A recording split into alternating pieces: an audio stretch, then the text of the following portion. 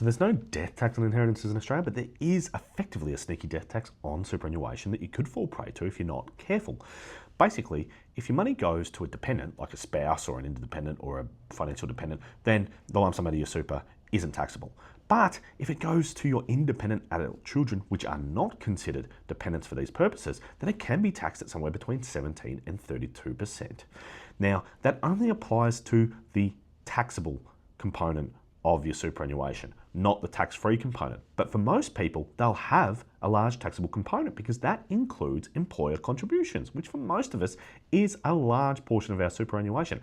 However, it doesn't include tax-free components, which includes non-concessional contributions, so those bulk contributions you can put in over time. And the cap for them are about $120,000 per annum. It can bring forward a couple of years, and there's other types of non-concessional contributions that you can get back in there.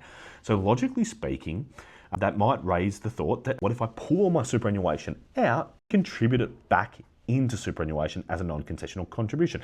Will that wipe out my tax liability? And the answer is yes, but there is a challenge there, and that is that sometimes you can't get it all out. You might have too large a balance to then get all the money back under the contributions caps. When you withdraw super, the super fund makes you do something a little bit tricky, and is you have to withdraw proportionately over the different components. So you have to withdraw some of your non-concessionals and some of your previous concessional contributions, which means that part of it's taxable, part of it's tax-free, and therefore you're not getting all of the component out that you need in order to wipe out the liability. So they can be tricky. But there is potentially another way, and that's if you're part of a couple.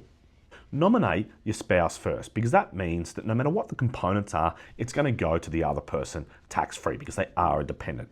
Then the living spouse, well, they're going to live for a while, hopefully, and they're going to start drawing down on their super over a period of time. You might still have a fair bit in there, but you can start withdrawing it out because the money that comes to you, of course, is tax-free as a lump sum when you pull it out.